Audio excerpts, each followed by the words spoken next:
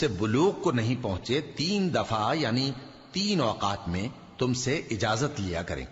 ایک تو نماز فجر سے پہلے، اور دوسرے گرمی کی دوپہر کو جب تم کپڑے اتار دیتے ہو، اور تیسرے عشاء کی نماز کے بعد. یہ 3 وقت تمہارے پردے کے ہیں. ان کے آگے پیچھے یعنی دوسرے وقتوں میں نہ تم پر کچھ گناہ ہے اور نہ ان پر، کہ کام کاج کے لیے ایک دوسرے کے پاس آتے رہتے ہو. اس طرح اللہ اپنی آیتیں کھول کھول کر بیان فرماتا ہے، اور اللہ بڑا علم والا ہے، بڑا حکمت والا ہے. اور جب تمہارے لڑکے بالغ ہو جائیں تو ان کو بھی اسی طرح اجازت لینی چاہیے جس طرح ان سے اگلے یعنی بڑے آدمی اجازت حاصل کرتے رہے ہیں. اس طرح اللہ تم سے اپنی آیتیں کھول کھول کر بیان فرماتا ہے، اور اللہ جاننے والا ہے، حکمت والا ہے. اور بڑی عمر کی عورتیں جن کو نکاح کی توقع نہیں رہی اور وہ زائد کپڑے اتار کر سر ننگا کر لیا کریں تو ان پر کچھ گناہ نہیں، بشرطے کہ اپنی زینت کی چیزیں نہ ظاہر کریں.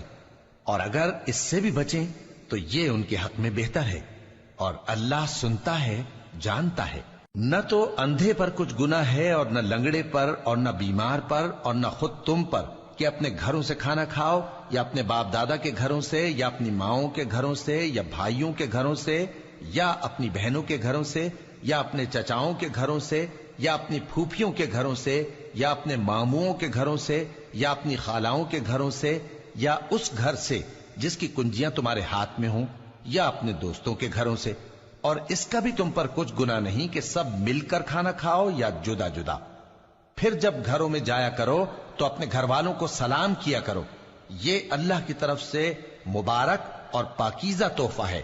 اس طرح اللہ اپنی آیتیں کھول کھول کر بیان فرماتا ہے تاکہ تم سمجھو. مومن تو وہ ہیں جو اللہ پر اور اس کے رسول پر ایمان لائے، اور جب کبھی ایسے کام کے لیے جو جمع ہو کر کرنے کا ہو پیغمبر کے پاس جمع ہوں تو ان سے اجازت لیے بغیر چلے نہیں جاتے. اے پیغمبر، جو لوگ تم سے اجازت حاصل کرتے ہیں وہی اللہ پر اور اس کے رسول پر ایمان رکھتے ہیں. سو جب یہ لوگ تم سے کسی کام کے لیے اجازت مانگا کریں تو ان میں سے جسے چاہا کرو اجازت دے دیا کرو، اور ان کے لیے اللہ سے بخشش مانگا کرو. کچھ شک نہیں کہ اللہ بخشنے والا ہے، مہربان ہے. مومنو، پیغمبر کے پکارنے کو ایسا خیال نہ کرنا جیسا تم آپس میں ایک دوسرے کو پکارتے ہو. بے شک اللہ کو وہ لوگ معلوم ہیں جو تم میں سے آنکھ بچا کر کھسک جاتے ہیں. تو جو لوگ ان کے حکم کی مخالفت کرتے ہیں ان کو ڈرنا چاہیے کہ ایسا نہ ہو کہ ان پر کوئی آفت پڑ جائے یا تکلیف دینے والا عذاب نازل ہو.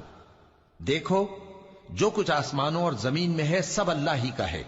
جس طریق پر تم ہو وہ اسے جانتا ہے، اور جس روز لوگ اس کی طرف لوٹائے جائیں گے تو جو عمل وہ کرتے رہے وہ ان کو بتا دے گا، اور اللہ ہر چیز سے واقف ہے.